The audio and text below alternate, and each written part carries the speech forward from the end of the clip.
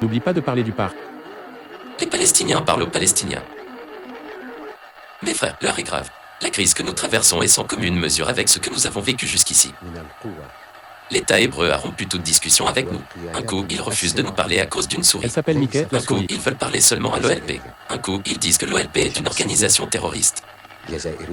Depuis l'assassinat de notre seul interlocuteur, l'extrême droite a pris les rênes de l'État sioniste. Toute communication est désormais rompue. Nos frères arabes se disputent à cause de Mickey et ne nous apportent une aide que du bout des doigts. L'OLP a été recréé à la demande d'Israël, ces derniers ne reconnaissant aucun droit à la Palestine et envisageant même d'occuper la ville 3 fois sainte. Malheureusement, même cet acte d'ouverture a été dévoyé et considéré comme une attaque. Comment la communauté internationale peut accepter que Israël refuse de parler et de reconnaître l'État de Palestine, demande la reconstitution de l'OLP pour discuter, puis que, lorsque c'est fait, s'insurge de voir l'enregistrement de l'organisation effectué à Tel Aviv où pourrions nous enregistrer l'OLP puisqu'aucun pays ne nous est reconnu par Israël?